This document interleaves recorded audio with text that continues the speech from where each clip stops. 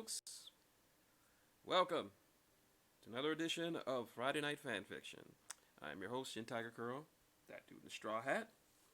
How's everybody doing? All two of you out there who are watching. You could be anywhere in the world tonight, but I'm glad you're here with me. Alrighty then. Alright, as you probably already know, if you don't, if you're pretty new. Yes, there's Pugsley. Hi, Pugsley. This is my face. Yeah.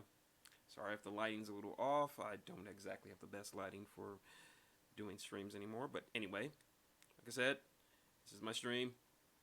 Those of you who are new here, this is every Friday night. I decided to start reading some delicious fan fiction, which is awesome.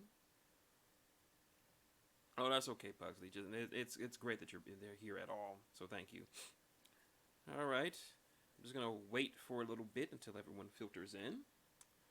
Until then, we'll start by shooting the shit, as it were. I already have Pugsley in the chat, and even though she's not home, that's pretty nice. Let's see. It's been a decent week for me. Matu's been acting up. For those of you who haven't never seen my mouth, I'm just going to gross you out a little bit. See? Yeah, that's not pretty to look at. I'm sorry. Nothing to do with bad dental hygiene or anything like that. It's genetic. I am losing my teeth. I've been losing my teeth since I was about 18 years old. Really bad genetic condition. I don't even know if it has a name or anything like that, but I've certainly been losing my teeth at an alarmingly fast rate. Thank you, Pugsley. I appreciate that. Pugsley adores me for some reason. I'm not going to question it. What else? A lot of stuff has happened this week. If you're a wrestling fan, AEW did their first pay-per-view, Double or Nothing, last Saturday. And the guy who's probably making the biggest waves out of anyone is one Jon Moxley, formerly known as Dean fucking Ambrose.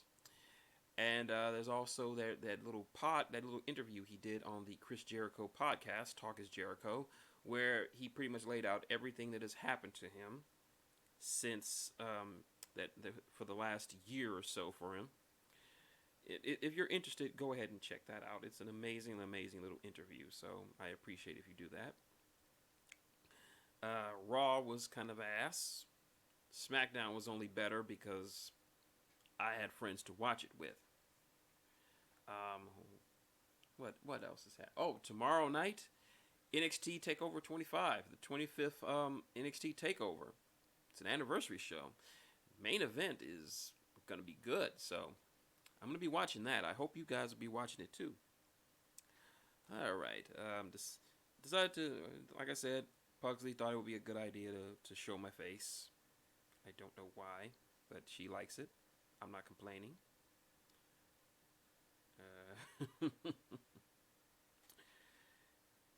Yeah, we're just looking around, trying to see who's what and what's what. Okay, had to share that on the Facebook and the Twitter and the CBR forums, so that's good. What else? Debbie's still back there, still giving a thumbs up if you can't see. So there's that. All right. I think we're 10 minutes in, so I think it's a good time to start back to our delicious fanfic reading. There we go. All right, a quick recap. The story that we are reading, the fanfic that we've been reading for the last couple of weeks, has been A Captain and a Madman by Raziel, the Lord of Squirrels. So, last time in this fic, the Doctor, the 11th Doctor, ran afoul with the Temporal Time Agency, arm of the Federation from the 27th century, who, for some reason, believe him to be a charlatan, that there was no doctor and he's just using fancy tricks to get by. And he finds out that the colony on Ultron 5 has been destroyed because these people did it. He was able to escape from them, But he needed to find some way to find out what exactly happened that would skew his reality from the Star Trek reality. He knows something happened. He just doesn't know exactly what. So he headed all the way to 21st century Detroit, where he ran into a Xindi plot to wipe out humanity, and ran into yet another captain of the Enterprise, that being one Jonathan Archer. And to everyone's surprise, in this particular instance, Jonathan Archer did not get did not got the crap beaten out of him. That's right, he didn't get the crap beaten out of him. Oh, I'm sorry, Pugsley. Ah, that sucks, but the show must go on. I'll try to hang on as much as you can. So, moving on, we are now up to chapter 13. And now he has decided to head back aboard the NX-01, or Jonathan Archer's Enterprise from the TV show Enterprise. All right, so without further ado, let's get to it. The author's note: this particular chapter is based off the episode of Enterprise from season 2 called Future Tense. According to him, he specified this because he's not going out of his way to reference every event in every event in the episode, because it'll be too much of a word-for-word recreation. He also says the focus will be on the Doctor's contributions and interactions, and there will be time skips, because there was some time skips in there. Not time skips as in they're skipping years or nothing. It's just that time keeps skipping forward and backwards, so there's that. So anyway, let's get started with a captain and a madman. Chapter 13, Future Tense. Oh, okay, Pugsley. Just a note: if anyone subscribes or donates money, I'm looking at you, Pugsley. If you're feeling generous, I won't be able to hear the notifications because of how this microphone is set up. I can't hear anything coming out of the speakers unless I wear my headphones, but they're woefully undercharged, so I can't really put them on. And also, they're noise cancelers, so they make my voice sound a little muffled to me, and I really like to control the pitch and the volume of my voice for impressions and such. So if any subs happen, or any new persons enter, I won't be able to respond to you until the end of the chapter. So there's that. So anyway, let's get started. Chapter 13, Future Tense. It had been an eventful day for the Starship Enterprise. They had found an abandoned ship out floating in the middle of space with no power readings and a dead pilot. Mysteries have compounded mysteries as they found a dead pilot, seemingly human, on board. And then they discovered that the ship was bigger on the inside than the outside, and with a hatch in the floor that led down a long shaft. They found some sort of device down there of unknown purpose and origins, but thankfully they found some solid information. More specifically, in the portable database that Daniels, a former crewmate who turned out to be some sort of temporal agent, had brought aboard. In it, they found enough information to at least settle some questions of the ship's origins. Unfortunately, the approach of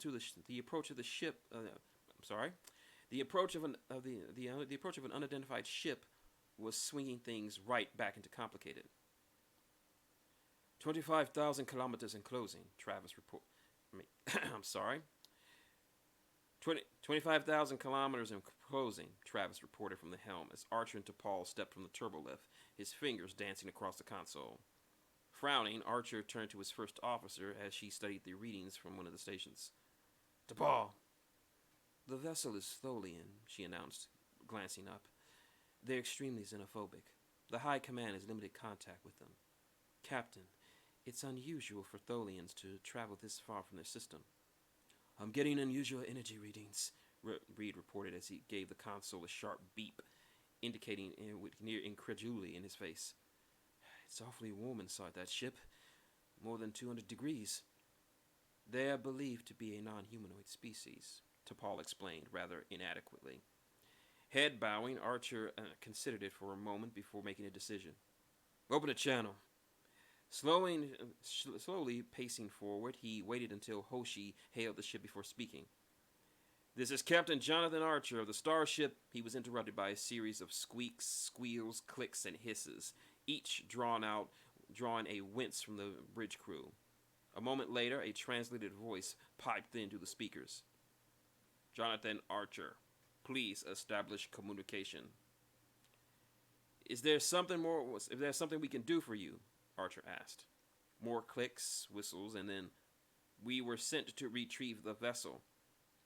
Archer glanced at Paul, surprised and a little more than worried before continuing. "I'd like to know how you heard about that ship." "It is dangerous to you. Temporal radiation."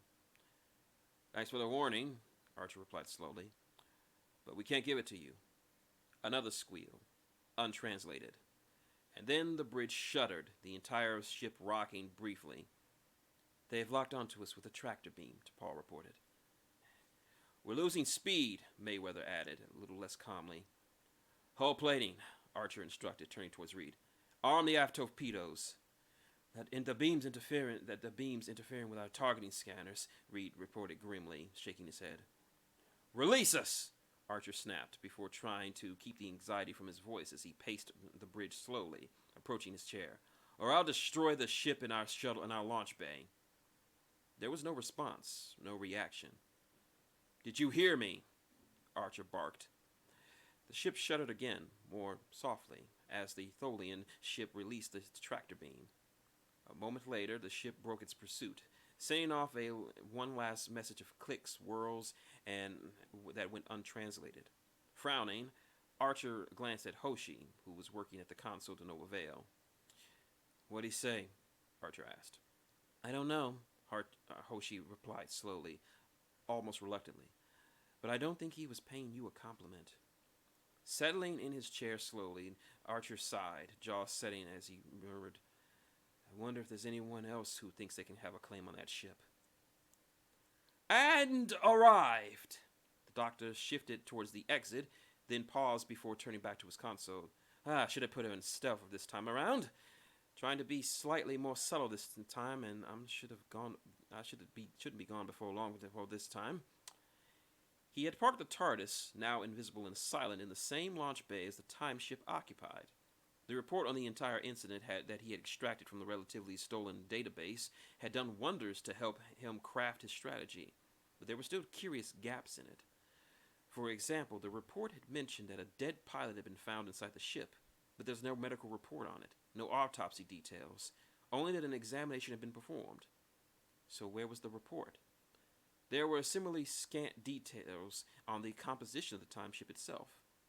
Therefore, the only thing he could conclude, like on Kirk's Enterprise, was to try and get it straight from the source. He intended to examine the ship first, and then find a computer access terminal to hack into the medical files. With any luck, he'd only be there for 20-30 minutes, tops. There was risk in doing this. For one, the incident predated his encounter with Archer in Detroit, at least in terms of the captain's personal timeline. He was very much trying to avoid making any noticeable ripples in the time stream and being recognized in advance by their first meeting a year later. That would certainly count as that. Hopefully, he wouldn't have to end up drawing too much attention from the relatively temporal hall monitors again. Slipping out of the police box, the doctor took a moment to scan his surroundings, confirming the room was empty before turning his attention to the time ship. The TARDIS's stealth field fluctuated as he shut the door, then stabilized, leaving it entirely invisible. He would have a good few hours before the power reserves ran too low to maintain it. "Hello, gorgeous," the doctor cooed, starting to run his buzzing screwdriver up and down the scorched vessel, pausing for a moment to peer into the open hatch. Not a blue box, but maybe a chameleon circuit wasn't damaged in this universe. Well, not damaged in a blue boxy way. Dullest desktop image I've ever seen. Right cramped. Hatch, though, seems to lead to a spatial compression. I wonder if... A glance at his screwdriver had his eyes widening, and his priorities changing as he realized a pair of life forms were just seconds away from entering the launch bay.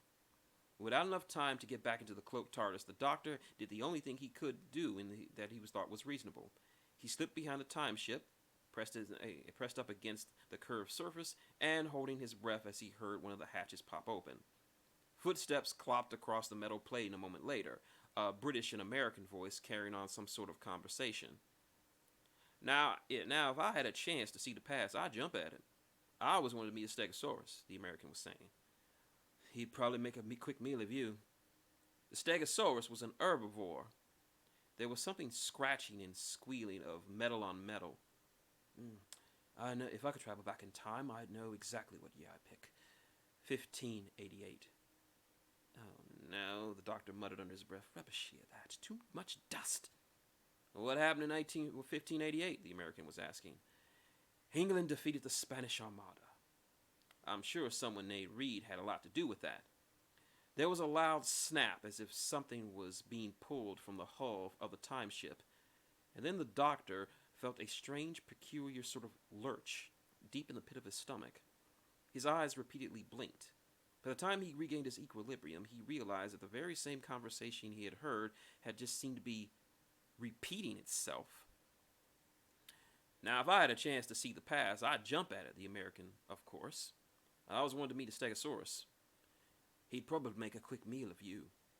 Oh, no, the doctor muttered, dearly wishing he had some privacy to take a scan with a screwdriver. The Stegosaurus was an herbivore. It seems like we're just going to be in here, the Brit had said, sounding puzzled. If I could travel back, I know exactly what year I'd pick. Both of them said the last part now. 1588. Sorry, I can't do double voices. How'd I know you were going to say that? The American asked, puzzled. Come on, the doctor muttered. Figure it out.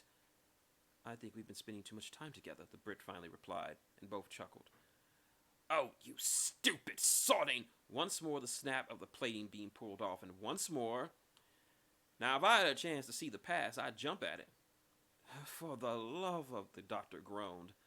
And I always wanted to meet a Stegosaurus. It was the Brit who muttered this. I'm sorry? I've always wanted to meet a Stegosaurus. It was the Brit who muttered it this time, brow furrowing. He'd probably make a quick meal of you, the American echoed. The Stegosaurus was an... I can't take it anymore! Both crewmen jumped as a strange man in a suit and a bow tie burst out from behind the time ship, arms waving. Without the slightest hesitation, Reed hurried to the nearby wall-mounted security locker, turned trucking out a pair of phase pistols, and pointed the first of them to cover the strange man in the bow tie. Stop looping, damn it! Stop it! Snap out of it! The doctor clapped his hands loudly. Do you have any idea how much I loathe repetition? Who the hell are you? Tucker snapped, accepting the second phase pistol and aiming it squarely at the intruder. It's fine, the man insisted, only now starting to realize that he might have been a bit too hasty. The doctor's body language trying for a far more casual and far less threatening approach. Everything's fine, under control. I'm John Smith, pleasure to meet you both, or it would be if you weren't pointing a weapon at me. And it should be noted stun affects me just fine, don't get any ideas to the contrary. Take me to your leader. No, wait, I can't go to your leader. Take me to your second place leader. No, wait, not her either. What's the next step in the chain of command? I'll contact the captain, Tucker told Reed, edging towards one of the communication panels. No, Smith snapped, stepping forward, and then toppling forwards as a heavy stun blast from Reed knocked him flat on his back. Mouth opening, Tucker looked at the unconscious body of Reed and then back again. What? Reed shrugged a little, brow raised. You saw it. He moved. Oh, he bloody shot me. Wait till I get my... The doctor's head swam as his blurry eyes opened slowly, a long groan passing his lips. When he realized the ceiling above him was entirely unfamiliar, he sat up sharply, or tried to, stopped in place by thick straps around to his chest, arms and legs to the bed underneath.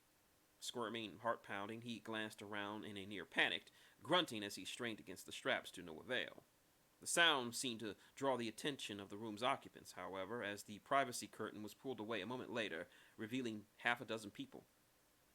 Remarkable. Phlox noted, his hand still on the edge of the curtain as he considered the squirming Time Lord. I've never seen someone recover from stun so quickly. I'm terrific, all right, the doctor barked. I don't suppose any of you are going to let me out of these things. I don't like much being tied down.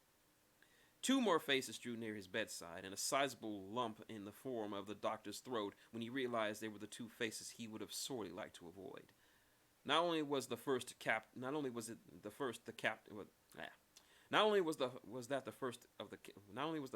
of Captain Archer, but the second was his first officer, DePaul. The only two people on the bloody ship who were destined to meet him in a year or so. He could almost hear the smegging timeline being rerouted. With a loud groan, the doctor's struggle ceased and he slumped back onto the biobed, eyes slowly closing. This wasn't going to go well. According to Dr. Phlox, DePaul noted, ignoring the request to be set free, you are nothing like a human. Your clothes aside, and appearance. In fact, you apparently have two hearts. Oh, everyone gets all melodramatic over the two hearts, the doctor muttered, starting to fidget against the straps again. It's really not a big a deal. The few times I've had only one working out, I assure you, it struck me as a crime greater than that, by far. Who are you? Archer snapped, drawing closer to the Time Lord's bedside. What the hell are you doing on my ship? The doctor's mind, which had been working overtime to try and find a believable explanation, snagged onto just a tiny bit of information from their meeting in Detroit. Specifically, it was a name. Mentioned by a couple of times, and not even without much background. Mentioning it was risky, disastrous if Archer hadn't even encountered the man yet, but, well, what choice did he have? Daniel sent me. That seemed to work, as Archer's eyes narrowed a little, taking a half step forward and glancing toward the security personnel. Reed, wait outside with your men. Sir? I'll be fine. That's an order. Not looking entirely convinced of the wisdom of that move, Reed nonetheless filed out of the medical bay along with a pair of security personnel, leaving Archer, DePaul, and Phlox alone with the Time Lord. A gesture from Archer had the Denoblian remove the restraints from the doctor, even as he shifted to stand by the end of the bed. So, Archer said, Smith, right? If Daniel sent you, then I take it the faction from his time frame's aware of what's happening here. Not all of it, not yet, the Time Lord explained. Truthfully, sitting up as he switched smoothly to a blatant lie next, making it up as he went. The temporal interference was thrown up by that ship is making it difficult for us to see what happens from our point of view in the time stream. So they sent me to here to investigate and prepare a report. And such. I was down there trying to make some readings when your crewmen came in. I sort of panicked and hid. I'm new to this, young, fresh recruit and such. We have this under control, Archer insisted, scowling. Well, no, the doctor replied, eyes widening. You really don't. What you have here is a very advanced, very dangerous piece of technology in your launch bay, and at least one species that's bound and determined to march over here and seize it by force. What you also have is absolutely no idea what you're dealing with, or any frame of reference to which to perform your analysis. Don't get me wrong, doing a rather bang-up job of it so far, but you're walking a thin line so fine, it's all but takes one slip to turn it into a self-made garrote. Archer's scowl only deepened for a long moment before he finally growled. What do you want, then? Let me have a look at the medical data you've assembled on the pilot, the doctor replied. Please, it's important. Sighing, Archer nodded to Phlox, who, curiosity plainly stamped on his face, activated one of the nearby displays, turning it towards the doctor. Hopping off the bed, the doctor checked the readings eagerly. But the smile faded from his face quickly as he saw what was there. One hard, primarily human genetic structure, a bit of Vulcan mixed in. Yes, it was unusual genetic mix, Phlox confirmed. Though not as unusual as yours, it's suggestive of several generations of interspecies breeding. We've covered this before you got here, Archer pointed out, scowling slightly. We already know all this. Ah, good for you, the doctor replied, lowering the sonic screwdriver as he bowed his head. Damn! Is something wrong? This was Phlox again, his obvious curiosity getting the better of him. No, just... The doctor sighed a little. I thought it might have been someone I've been looking for. I don't know whether to be relieved or disappointed. I suppose it would depend on whether you liked him, whoever it is you're looking for. Phlox pointed out, a bit of the ever-present smile quirking the corners of his mouth. The jury's still out on that one, came the slightly wry response from the doctor, started down back towards the exit.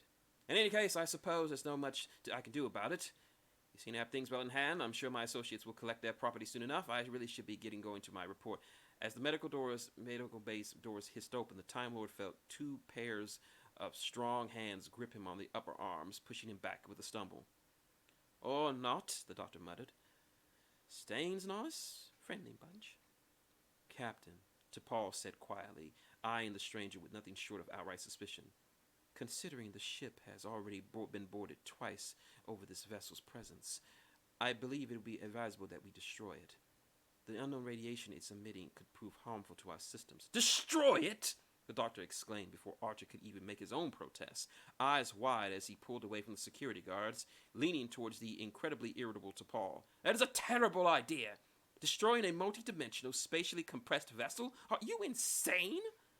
You wouldn't want to be within half a light year of that. It's a miracle that the ship hasn't gone and exploded as is. But you want to smash it up, you... Oh, no. Let's not do that, all right? Let's find a happier solution. Happier and far more saner one. Please, like activating the beacon. Beacon? Archer's head snapped forward towards the Time Lord, eyes narrowing. What beacon? The doctor's eyes widened a little. It was too early. They weren't supposed to figure that out for another hour. Damn it. I don't know. I'm just guessing. Beacon? Oh, crazy talk. I tend to say random words, but no particular rhyme or reason. Oh, pumpernickel. Oh, see, there I go. Perhaps the device Commander Tucker discovered in engineering, T'Pol suggested, ignoring the panic-ridden Time Lord. Smith, Archer snapped. If you're really here to help, then I'd appreciate you actually contribute something concrete. The doctor froze as his mouth opened and then closed, 100 different thoughts flicking through his mind. Finally, he cleared his throat and bowed slightly. Of course, Captain, the doctor replied, trying to look as humble and agreeable as he could manage. My apologies. Allow me to see this device, get a gander, take some readings, and if this is the beacon, I'm not saying it is necessarily, I'd be more than happy to help you activate it. He was lying through his teeth this time. He had made a dreadful mistake, one that could very well put the Enterprise in terrible danger. Even though he could have found some brilliant solution to save them from the inevitable chaos, likely leaving a destroyed or very confused Suliban fleet in its wake, that would draw too much attention. So the only way the doctor could have been able to help them, quietly, was to act precisely the opposite of how he normally handled a crisis. With Archer's permission, the doctor was permitted, under guard, to join Tucker in engineering, leaving Reed free to see the ship's defenses. A pair of security personnel flanked the door. The doctor oohed and awed over the singed, dented piece of technology sitting inert on the table, sonic screwdriver flipping between his fingers as he peered at it. Right now, Trip seemed more interested in the newcomer, his arms folded over his chest as he watched the strange man, almost instinctively moving his hand to his collar, as if wondering what the hell the doctor was wearing on his, or rather, why the hell he was wearing it.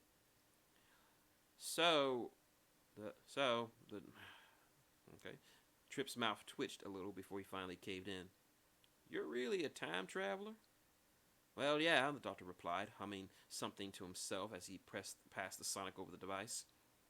But that is, you've seen Earth's future, our future, right? More than I care to, came the mutter, but when Trip didn't say anything else, and after a moment the Time Lord sighed and mumbled, Why'd you ask? Just something Lieutenant Reed, our tactical officer, asked me. Tucker sighed a little.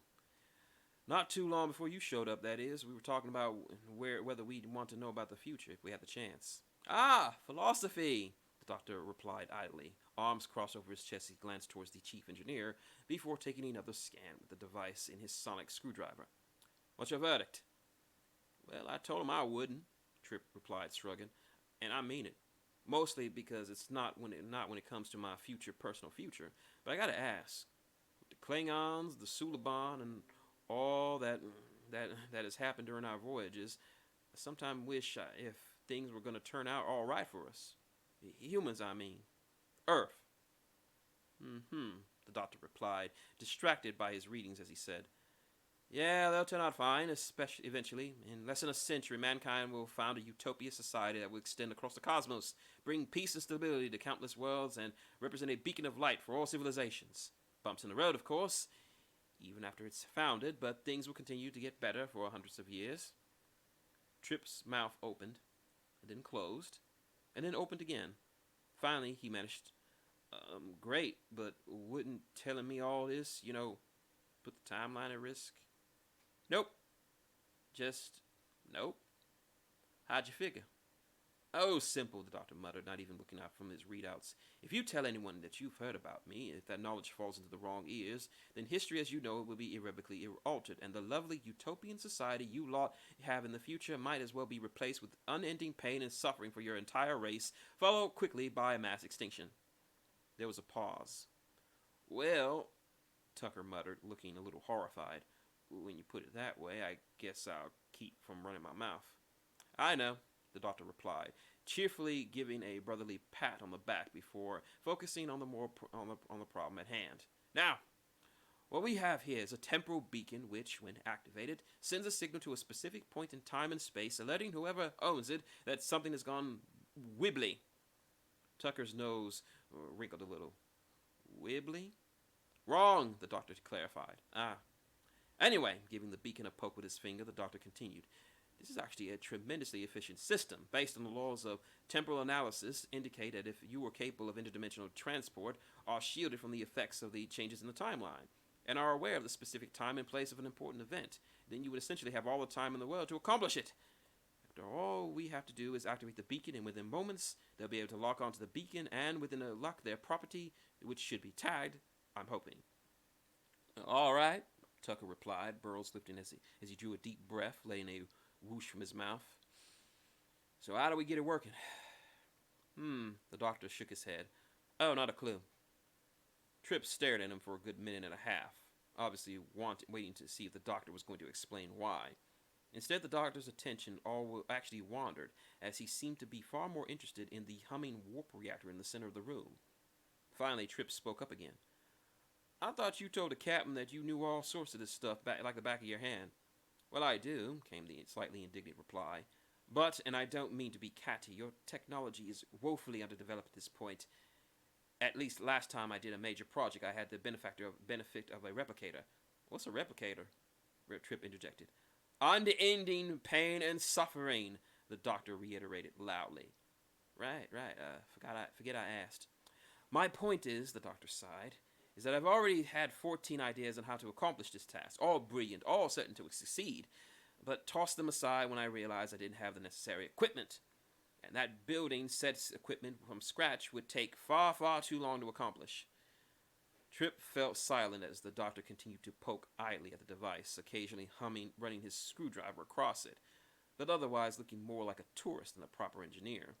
The frown on the Time Lord's face was hardly comforting either, but somehow, if Tucker had to make a guess, well, he had to say the strange man wasn't really trying. Stepping out of the bridge, Archer tried to let the tension bleed from his shoulders as he paused at T'Pol's station, just long enough for her to shake her head and murmur that there were no signs of pursuit. Hoshi, contact the Taukir. Let him know we'll reach the rendezvous point in a few minutes. Settling in his chair, Archer's fingers tapped restlessly on the armrests, leaning forward as he sighed. If Tucker and the doctor can't figure out the beacon, I want to make sure we get that ship far away from the Suliban or the Tholians as possible. Captain, Hoshi said, frowning a little, there's no response from the Taukir. I'm not even picking up their receiver. It could be interference of some kind, but at this distance, I can't even imagine anything short of an ion storm would cause that much of a communications blackout. Reed cleared his throat a little, turning his attention to his tactical console. Anyone else have a bad feeling about this?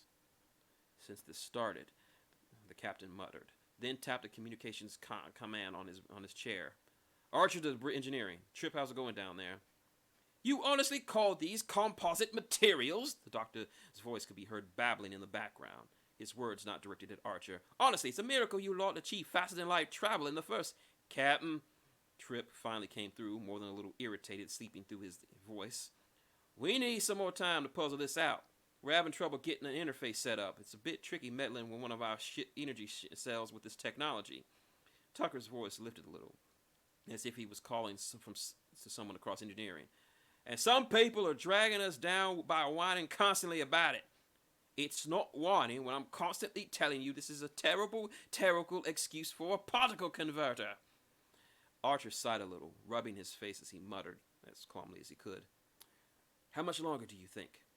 Well, Trip replied, still raising his voice, if someone would get out of the damn crawl space, you do know these conduits need replacing, yes?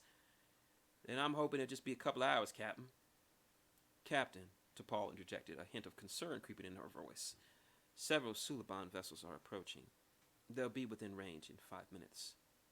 Trip, Archer said quietly. You got 10 minutes. Did he say 10 minutes? The doctor's voice piped up in the background. No problem, Captain, Trip replied. How is 10 minutes not a problem? Archer out. T'Pol, go to the maximum warp. A little more than 5 minutes after they'd been given their warning from the bridge, the engineer bay, as well as the rest of the ship, began to tremble and rock from the Enterprise being bombarded by the pursuit of the Suliban vessels. Engineering staff scurried like worker ants, keeping the engines functioning, and sending damage control teams where needed. You know, the doctor groused, gripping the railing of the nearby warp reactor stairwell as the deck lurched from one side beneath them. It would be really nice if your captain could keep the ship from shaking so incessantly. It's very distracting. You can complain to him after we're done, Trip snapped. Come on. I think we almost got it. That's a blatant lie, and you know it, the doctor replied, teeth gritting as the ship shook once more, forcing him to brace himself against the stairwell. There simply is just not enough base materials to construct a proper interface. At least not enough to regulate the energy of this device without making it turn into very pretty little sparks and use the sizzling smoke. Suddenly, the ship lurched with even more violence than before, sending the Time Lord, Trip, and half the engineering staff sprawling to the ground. Several consoles and conduits throughout the room exploded into sparks, the lights starting to flicker for a moment before flaring to life. Cursing under his breath, Tucker hauled himself back to his feet and hurried down one of the narrow spaces beside the warp reactor, checking on what damage could have been done. Even as the doctor sprang upright, glancing around. Right, the doctor said, beaming. Excellent. How the hell is this excellent? Trip called from a nearby console. Never mind, you. Before Trip could question the Madman further, Archer's voice crackled over the intercom. Trip, we could use warp engines right about now. Moving towards the end of the warp reactor, Trip shook his head. Any matter injectors refused. I'll need a few hours to replace them. How about weapons? Every power relay on the ship has been scrambled, the engineer replied, starting to stabilize the reactor shielding. Then forget everything else. Get that beacon working. Tucker paused for a minute in his diagnostics, head tilting up a little bit. Sir? Whoever built that ship might be able to send help. Ah, Captain. Returning to the table, the device and the doctor, the last of which seemed to be working at a great deal more enthusiasm, Trip's eyes lit up with excitement. Running a raw current through the entire thing. The beacon will be turned on for 10 seconds before the unregulated current fuses half the components together, the doctor pointed out, but he was also gritting. Which would be long enough, Trip continued, raising his voice a little to be heard. Like you said, Doc, laws of temporal mechanics. Time agents can detect beacons from any point in time, so does it really matter if this shorts out after 10 seconds, 5 seconds, 1 damn second? The signal will reach them, wherever they are, from that 5-second period. And from their perspective, they still have all the time in the world to think about where it's coming from. The doctor frowned pensively, fingers drumming across the table as he thought, or rather pretended to. Force a current through it. That's so primitive, it just might work. Trip muttered, scowling a little as he turned his attention back to the device. Gee, thanks. Anytime, snapping his fingers, the doctor waved for Tucker's hand as the chief engineer lifted one of the many tools, instead holding up a single sonic screwdriver. All right, let's get this done. I'm going to hold you to those 4 minutes, Archer was saying for the second time as they pulled off the casing of a torpedo in the launch bay, intent to getting the warhead out of it. Having decided that they couldn't risk the ship falling into the hands of the Tholians, Archer and Reed had commandeered a torpedo and brought it to the launch bay, intending to destroy the vessel if it became absolutely necessary. Fortunately, the safest and simplest method was to remove the warhead directly from the damaged next to the damaged time ship, which seemed to be resulting in some decidedly unfortunate side effects. One being a time loop. It was only an estimate, sir. Reed paused, eyes flickering as his mouth thinned. Oh, it's happening again. We've had this conversation before. You're right. Archer sighed slightly. How far do you think we got last time? Reed shook his head. I'm not certain. Sighing, Archer murmured, I think we haven't removed the warhead. If time's not repeating outside the launch bay, then the Thodians could be. A sudden, indistinct sound cut them off as Reed took a single step back, eyes widening and face paling. Archer whirled around, just in time to see the entire ship ripple with distortions and just vanish into thin air. Eyes widening, Archer's first thought was perhaps the Tholians had beamed it off themselves. The Common Six suggested that if they had the capacity to do that, they would have done it earlier. Bridge to Captain Archer, DePaul said quietly, a hint of relief and color in her tone. The Suliban fleet was destroyed, and the Tholians have broken pursuit and gone to warp. The ship vanished, Sub-Commander, Archer replied. Any chance they were responsible? I do not believe so, DePaul replied. We detected no signs of a transporter beam. I believe they may have departed because they realized we no longer have the ship.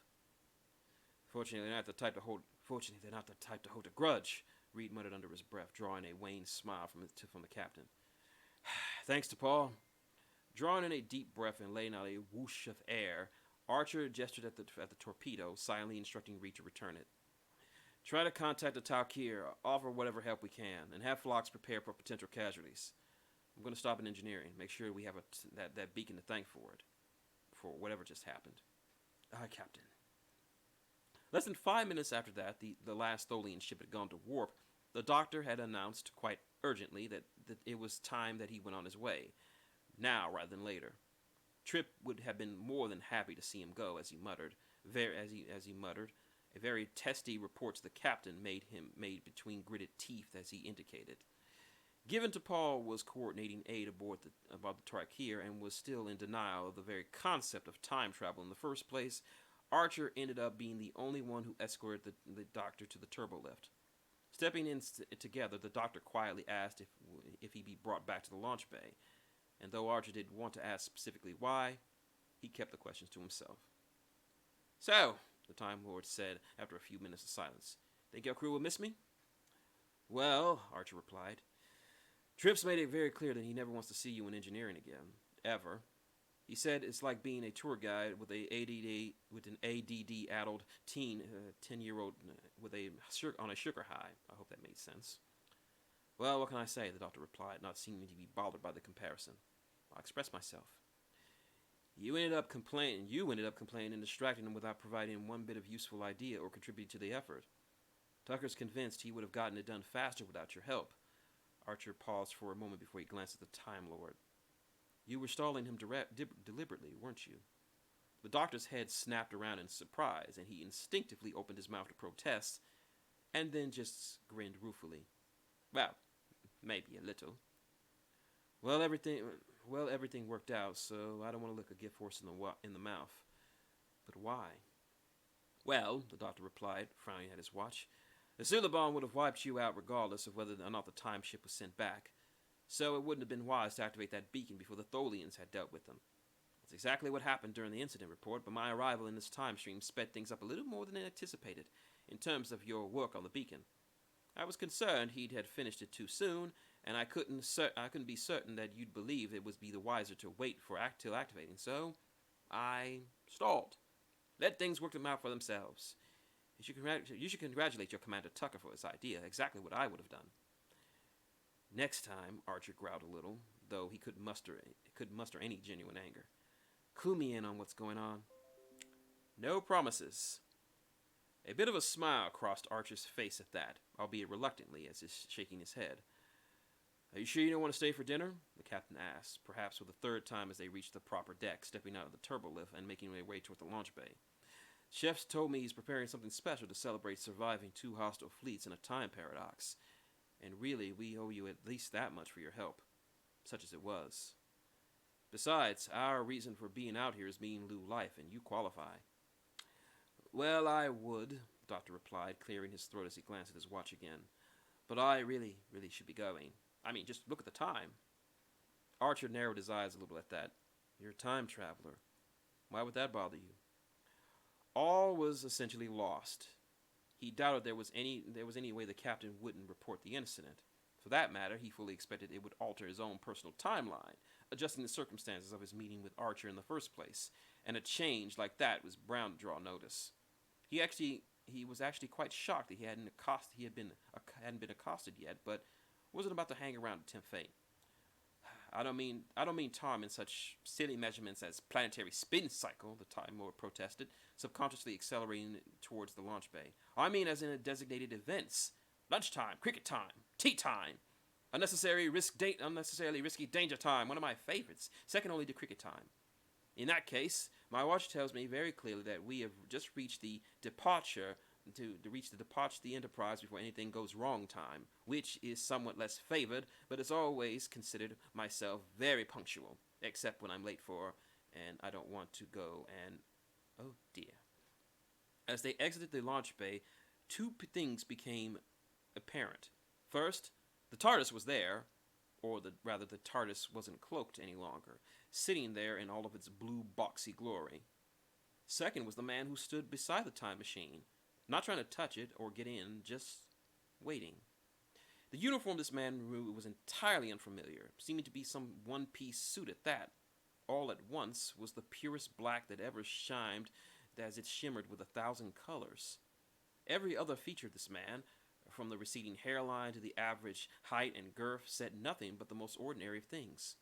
But for the doctor, who was quite accustomed to wearing a mask so harmless, it didn't fool him in the slightest. It was Archer who spoke first. He didn't sound too thrilled. Daniels. Hello, Jonathan.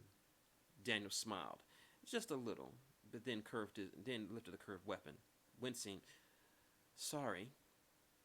Wait, what? The rest was cut off by a grunt as Archer was knocked out by a compact blue beam, slumped against the far wall, even as the doctor stumped to one side, whipping out his screwdriver and then pointing it forward.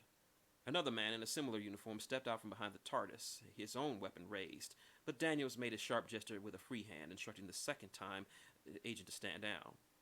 The doctor was hardly lowering his guard, and kept his screwdriver raised, preparing to turn the gravity plating off if he did.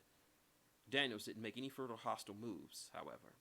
Instead, he looked at Jonathan's fallen body for a moment, and gestured for his companion to tend to the man.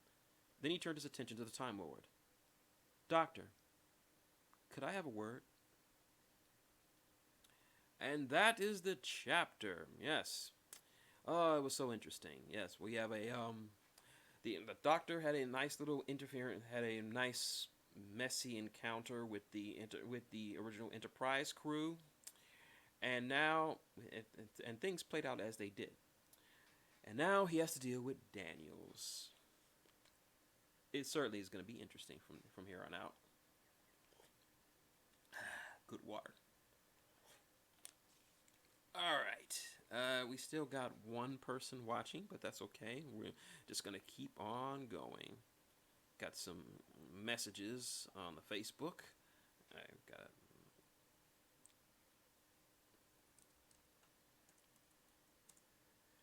All right, just had to reply to some people. There's some bunch of tweets and such.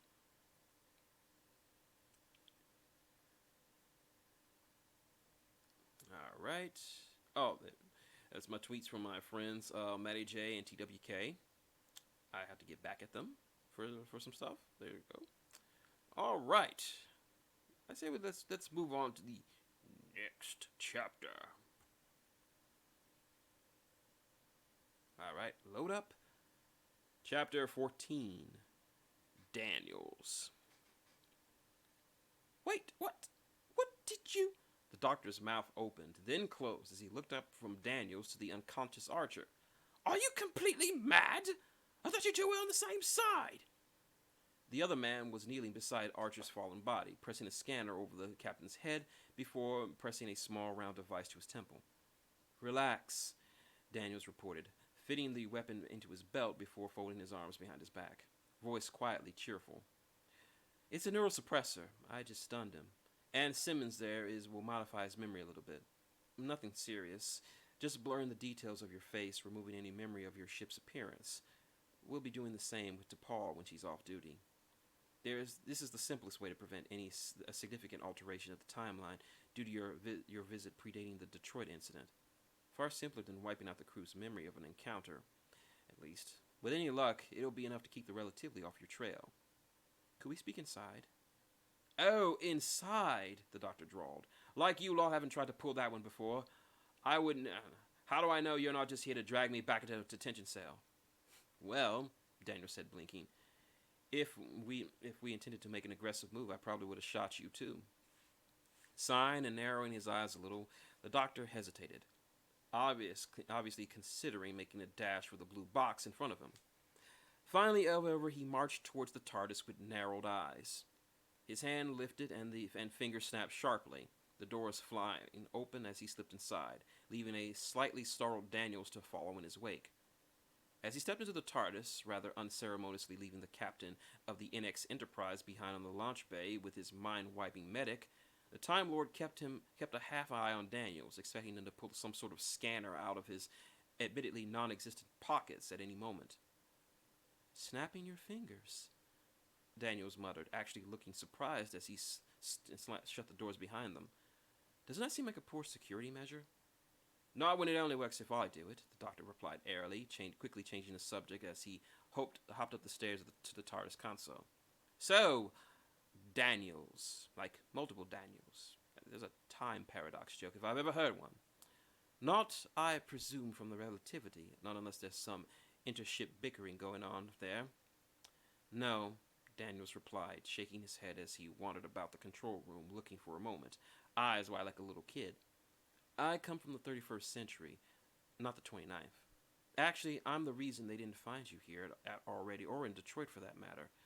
Jonathan included both incidents in various reports to Starfleet, or rather, he'll be including them. But I pruned the records a century or later, thanks to a selective data bomb. It also helped keep Enterprise from letting you know who you are too soon."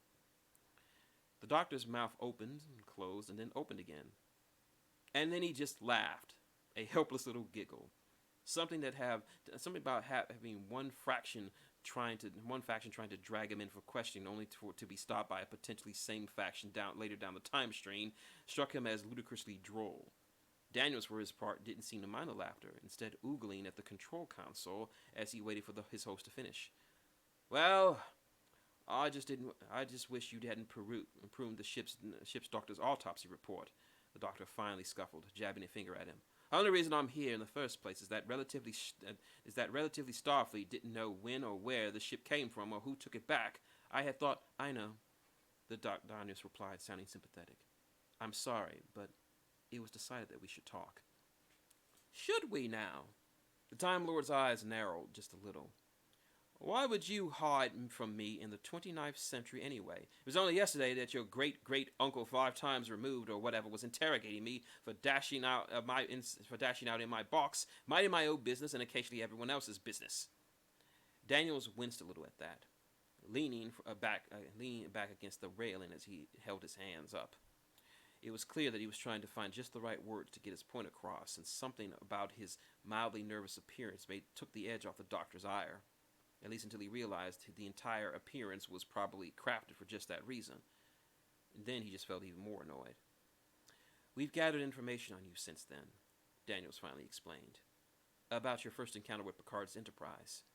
It was enough to convince us that you were telling the truth, and that you had come from another reality, and since that means you're not on some sort of con artist with foreknowledge of, say, the incident with the Altron sun, coupled with the fact that you completely hacked the Relativity's computers in less than half a minute, it would put your intelligence somewhere at... Well, we've decided that you probably know what you're doing." The doctor couldn't help but chuckle at that a little, but it was a dry, humorless chuckle, and his eyes weren't any friendlier. "Anyway," Daniels continued, "the Relativity was right. There is no physical proof of a doctor having occupied this universe before, only stories. And that's why we assumed that you were some sort of charlatan. But we believed otherwise. The blue box, bigger on the inside than the outside, higher level alien intelligence, even the medical stance taken by Dr. Crusher all fits. You are, we now accept, are a Time Lord. It's the only Time Lord we've ever encountered. Well, about time, the doctor said, snorting as he stretched a little, trying to look unconcerned as he could possibly fake. Why is it that you're here, then? Apologetic cupcakes? Because I'd be lying if I said I didn't have a sweet tooth. We're here because we've learned a little in the past couple of centuries, Daniels replied, completely ignoring the verbal jab. We stopped simply monitoring the events of the past and started actually paying attention to time itself, studying the fabric of it, how it flows, how it fluctuates. We've gained not just knowledge, pure cold facts, but also a wisdom to temper it. So, the doctor replied, lip curling just a little, you fancy yourself a new group of Time Lords, do you? No, Daniels replied, openly and honestly as he shook his head. We at least know enough that we're not on par with you, or the race you apparently represented once. We hope someday to be. To know time like you do. But the human race is still very much composed of children. Only now have we admitted that we still have some growing up to do. But we still haven't figured out enough to realize that something about this whole situation with you, with our universe, is wrong, the doctor finished, his sneer fading, his expression softening, just a little. Exactly. Daniel's hand spread out a little as he reached towards the TARDIS's console, hesitantly but pulling away, starting at a slow pace. You're a perfect example. You shouldn't exist here, Doctor, but rather either your counterpart should exist or the stories about him shouldn't. There's a saying that every tale, every legend has a grain of truth to it. And the legends about the Doctor, the Time Lord, they didn't come from a specific source in our universe, a certain event. They just exist, springing into being without any logical reason. And I'm not the only case, am I? The doctor mused. No, Daniels replied. There are shadows, remnants of things that shouldn't exist, that don't exist, that never exist. And yet, someone remembers them. Something records their passage, like a wake without a ship. And we have no idea why. We were kept busy for a long time with a conflict between various hostile factions, but recently we've settled that. So now we can focus our attention of what's so wrong with our universe. The doctor idly stepped from one side of the control room to the other, then back again, unusually silent, unusually subdued. Why me? He finally asked, thumbs tugging at his suspenders. As far as you know, I might just be a fraud. All our resources, all our knowledge got us nowhere. Daniel snorted, just once, sounding both amused and a little apologetic. You seem like the sort of man who can get things done, fraud or no. You certainly got things done on the relativity. You're looking for answers. So are we.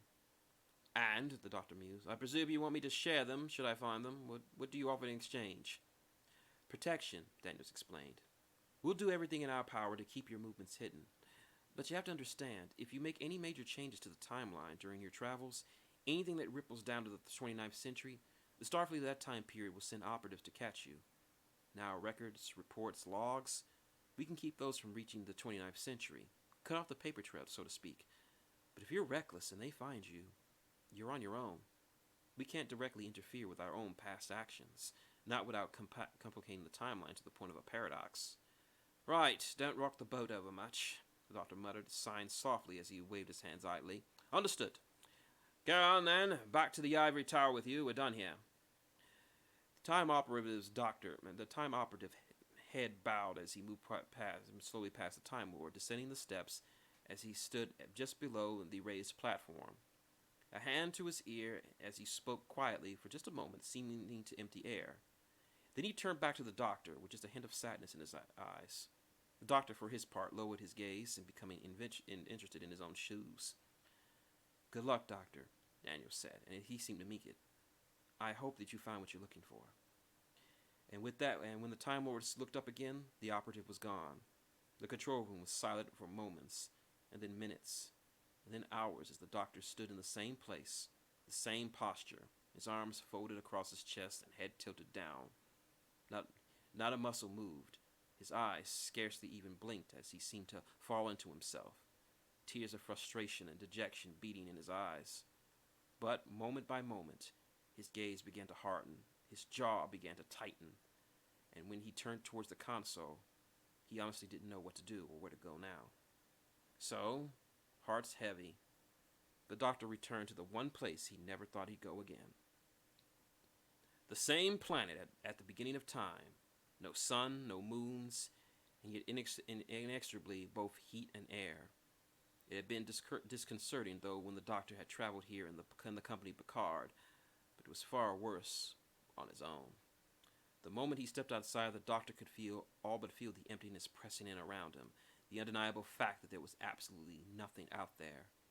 Still, he was driven and kept his gaze determinedly forward as he marched on beyond the comforting light of the TARDIS's open doors. Once again, he could see no sign of it. Once again, he spun to the left and then the right. Once more, he called out. "Show yourself!" the doctor called out, spinning in place. "As you wish." Once more, that blinding flash of light, and once more the Guardian was revealed, the arch glimmering as the starless night turned into blinding day. "This is what you meant, isn't it?" the doctor called out, hands spinning wild as he approached. "When you said I'd be seeking answers, it wasn't how to get back to my own world. It was how this world came to be here in the first place. No doctor, no Time Lords, no nothing of who I was but myths and echoes, and I don't know why. You said I would find the answers, and I wouldn't like them, but anything is better than this damned mystery. I need to know, understand what happened here." "Such knowing would bring with it pain." "Do you think I care?" the doctor snorted. "I'm destined to die, killed for no purpose, murdered in the name of some shadowy prophecy. Any pain that could come to me from knowing, anything I could learn here, without making wouldn't make the slightest bloody difference by what happens to me on that beach. So tell me, damn you!" The silence stretched out for a long, long time as the Guardian seemed to consider the demand. The doctor's eyes narrowed into slits, his breathing coming in short gasps, waiting, hoping. "The answer is beyond me," the Guardian finally admitted. "I reveal only that which is, not that which has been." The doctor's eyes widened as he stumbled back, just a couple of steps, and then started to chuckle, shaking his head, feeling the panic rising higher and higher. "That same stupid line," he muttered. "You keep on shouting the same answer, as if somehow that's going to mean something. Maybe you don't really know the answer, which I'll admit terrifies me to no end. If there's anyone, anything in the entire universe that could tell me, anything at all, anywhere at all." "Those who understand the universe's mortal coil have since left it," the Guardian replied solemnly. "It would take 10,000 minds, 10,000 years to understand the scope of what has been done and what has been lost." "Oh, well, so long as it isn't anything complicated," the doctor bellowed, slinking back towards the TARDIS. "Fine, on my own then, just like I like it. You can sit there in your lifeless rock until the universe ends for all I care." The doctor was silent for a few moments. The Guardian grew silent, and as the doctor left, it went dark again, patiently waiting the billions of years or so until there was life enough to come visit its surface again. Storming into the blue box, the Time Lord slammed the door shut and began to pace back and forth, his heart pounding in his chest, his eyes tugging at his hair. He had told a certain gold android not too long ago that he was never going to be tired of saying he didn't know, but that had been a blatant lie, he now realized, because he was beyond tired of not knowing.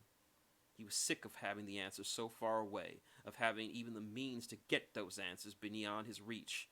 What's the point of being able to go anywhere in time and space if there isn't anywhere that could help? Bloody useless plattering. The doctor gave a sudden wordless roar, kicking the side of the console. "Ah! Can't reveal that which has been. It's been in the entire sodding shtick. 10,000 years for 10,000 miles to figure it out. Where am I going to find a big enough room for people who were puzzled enough to out something? Oh! The doctor's fingers snapped suddenly as his eyes widened. "Oh! Sprinting back to the door, he pulled them open and stuck his head out. "Forget whatever I think I said," he called out in the darkness, jabbing his finger and grinning. You are absolutely fantastic. Oh, the love of the Guardian. Off I go, then. You have fun there." With a new spring in his step, the doctor shut the doors, locked them, and then sprinted back to the console. Dragging over a monitor, his fingers twitched and twirled as he scrolled through the Relativities database, humming softly to himself.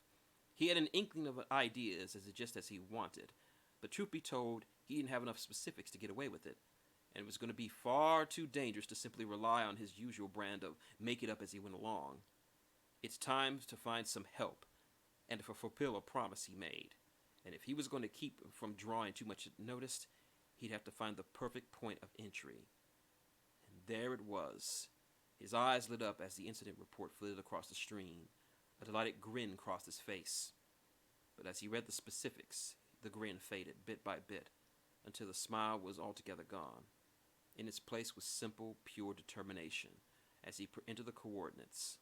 Flipping the lever, the TARDIS lurched hard as it dematerialized from the planet's surface, leaving the Guardian of Forever behind for the last time. Alrighty then, we got another good one. Alright, the Doctor has has some meager amounts of protection via Daniels, so there's that. And the Guardian Forever has offered him a key to this whole mystery of what happened to the Star Trek universe. So with that, we move on to the next chapter. And this is one that's going to get pretty sad, if I remember correctly. For those of you Star Trek fans out there, you probably already know what this is. So I'm just going to move on to it. I think this is our second interlude. So get ready as we're moving on to chapter 15.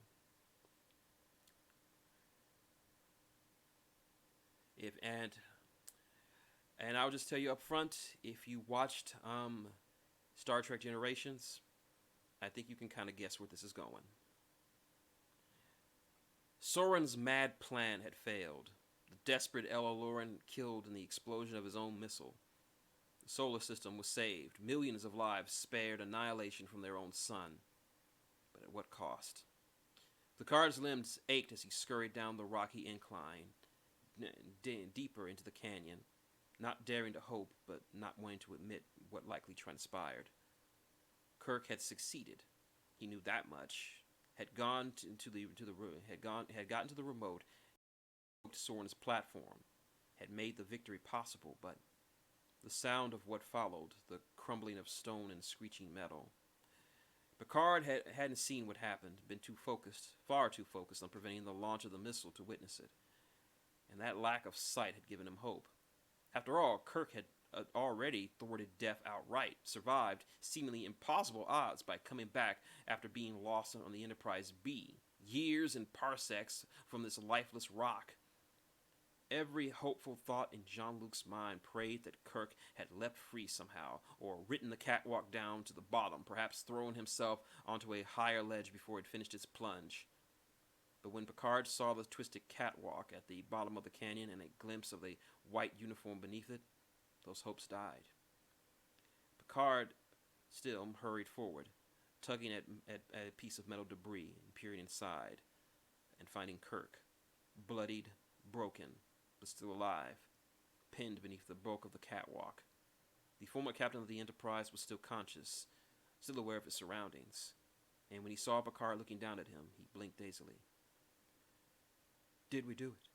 Kirk muttered, brow furrowed, eyes narrowed against the pain, voice soft and yet almost pleading. "Did we make a difference?" "Oh, yes," Captain Picard replied breathlessly, still half hoping he could somehow get a means of getting Kirk out safely. "We made a difference. Thank you. Least I could do for the captain of the Enterprise." Kirk's eyes flickered just for a moment as he added, "It was fun."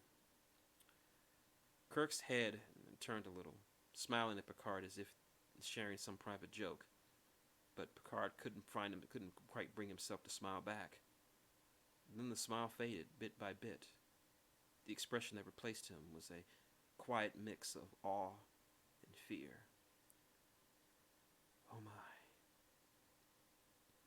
Those were his last words, and those narrow eyes soon saw no more. Picard knelt there for a good long time, unable to look away from Kirk's body, unable to even climb to his feet, as if thinking if he left the body unguarded, something would steal it away. His reverie, his long silent vigil, was broken by a sudden clatter of scattered stones sounding from above, causing the captain to spin around, body tense for an attack, only to find a very recognizable figure standing above him on an outcrop of rock, even with an even more familiar blue box behind him. You. Dazed and in more than a little pain, it took a moment for Picard to dredge up the name from years past. Doctor. Yes. The doctor's eyes flickered to Kirk's body, a small sigh passing his lips. I'm sorry. I really am. But I need you to come with me. I need your help. Yes. Well. Picard's lips thinned, jaw setting as he turned back towards Kirk, kneeling to curl his fingers underneath the brim of the fallen catwalk. To hell with what you need. I don't intend to leave him like this. The captain gave a strangled groan as he tried to lift haul the catwalk away. But he had been through too much in the last couple of hours, and he was a store-sift mess, bordering on dehydration and covered in a few more than cuts and bruises. His first few attempts had brought nothing but pained grunts as the catwalk didn't even twitch as the Starfleet officers exhausted efforts. Captain, the doctor said gently, starting to descend towards Picard. A rescue shuttle will be here soon. It'll take too long to build a proper car for him yourself. Wouldn't give us enough time to talk. So what? Picard snapped without even glancing back, even as he gave the catwalk another hard pull. He groaned as his sore, battered muscles protested at the strain, the words coming in choked gasps. You're saying I should just leave him here, then? The catwalk shuddered and squealed, but refused to move, Picard's teeth gritting as he hauled with all his strength. And then suddenly it began to lift upward, off of Kirk's body. Staggering from the low lightning, Picard glanced to find the doctor beside him, jacket removed, his own hands clamped on the catwalk railings, teeth bared from the strain as he helped to drag it to one side.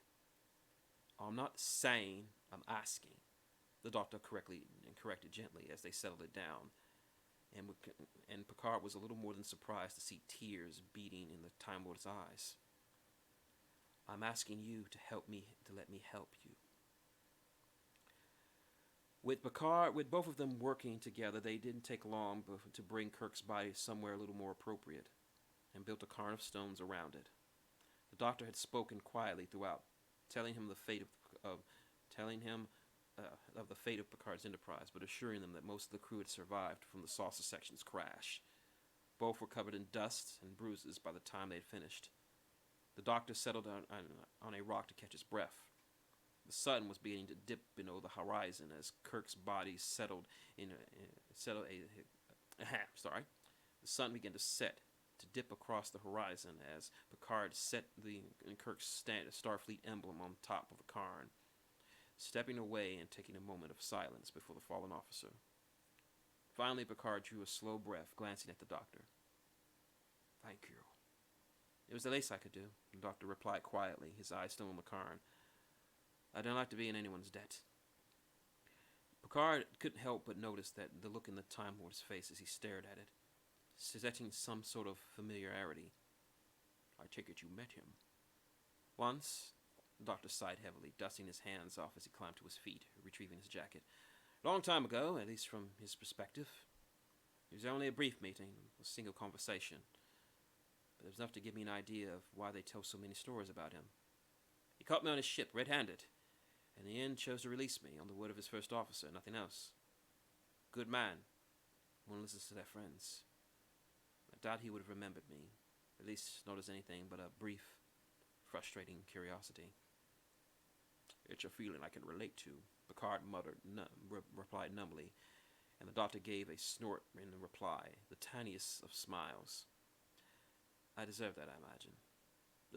Picard's jaw tightened a little as he turned to consider the Time Lord. You knew this was going to happen. You must have, if you knew where to find me. The Enterprise's fate, Kirk's fate. Couldn't you have done something? Come sooner to help us against Soren's plans, prevented the destruction of the Enterprise? Could you have at least saved Kirk? The captain's voice rose steadily with each moment, and though he wasn't quite shouting at the end of it, he did step closer to the Time Lord, eyes glimmering with scarcely repressed rage. All the frustration, the fear, the violence of the past couple of hours had driven Picard into a corner. The news of the Enterprise, his ship, his home for nearly a decade had been destroyed, as was almost more than he could bear. For the Doctor, for his part, met the human's gaze levelly, not flinching, but not defiant either. In fact, he looked slightly ashamed. Actually, I considered it, the Doctor finally admitted, hands sliding into his pocket as he glanced at the ground. When I first saw what happened, first read the report, I considered changing it. But unfortunately, there are factions out there that would keep the timeline intact, and they would have taken whatever steps necessary to ensure it. Ironically, they're your very own people, a number of centuries ahead of you. Surely you've heard of what happened to the Ultron colony soon after our intervention. Picard nodded, head tilting. Yes, I heard about the asteroid strike. It was a tragedy, but... Are you Shane? Unfortunately, yes, the Doctor replied, shaking his head. They were responsible for the colony's destructions, like cutting away a limb to prevent some perceived infection from spreading. If I had to intervene, save the Enterprise, even save Kirk, they would have done everything in their power to reverse it, even if it meant killing him with their own hands. It could very well have ended up doing more damage in the process than it already has done. I'm sorry, Captain, but it's not a risk I could take. I'm here because this is one of the few times in the years to come that I could visit you without knowing. I imagine your own Starfleet would love to still get their hands on me, and your technology is is now still more than capable of detecting my TARDIS's arrival. I see. Picard seemed to be a little bit mollified at that, or at least he took the Doctor at his word. I'm sorry. My words weren't called for. As am I. The Time Lord replied, his eyes drifting along the landscape. And there they weren't. Giving Kirk's card another look, he finally sighed and gestured towards the TARDIS. Well, come on then. We should be on our way before the rescue shuttle arrives. I trust you'll be able to I'm sorry? Well, come on then. We should be on our way before the rescue shuttle arrives. I trust that you'll be able to return me here without drawing undue notice. Well, Captain, please, Picard interjected softly, holding his hand up to cut the Doctor off. Jean-Luc. The Doctor gave an actual full smile at that, teeth and everything. Thank you. Well, Jean-Luc, I can guarantee I'll have you back on the planet's surface in less than a minute after you left. Good, Picard muttered as they reached the TARDIS's door, slumping against the box as he took a moment to catch his breath. But precisely what is it that you need from me? Well, the Doctor muttered, wincing as he pushed the doors open, laughing nervously. I need to know everything you can tell me about the Borg. And that is it. Whoa. The Borg. Ooh. The Borg are coming. That's right. So, Picard was able to arrive just as the Doctor. The Doctor was able to arrive in time for Captain Kirk's death. As you can see, it hit them both pretty hard. And now the Captain and a Madman have to join forces and find out what they can about the Borg. And I think we're going to end it right here. It's been a very eventful time. I'm going to leave you guys on a cliffhanger, just a note. So, if you like what you've seen, you already know, like, comment, subscribe below. Support the channel as always on Patreon or by PayPal. Donations to the channel are appreciated. Make sure if you subscribe, hit that little bell icon down there so you'll always be up to date on my latest videos. So until next time, this has been Shin Tiger Curl, that dude in the straw hat, saying goodnight, and see you next Friday for some Friday night fan fiction.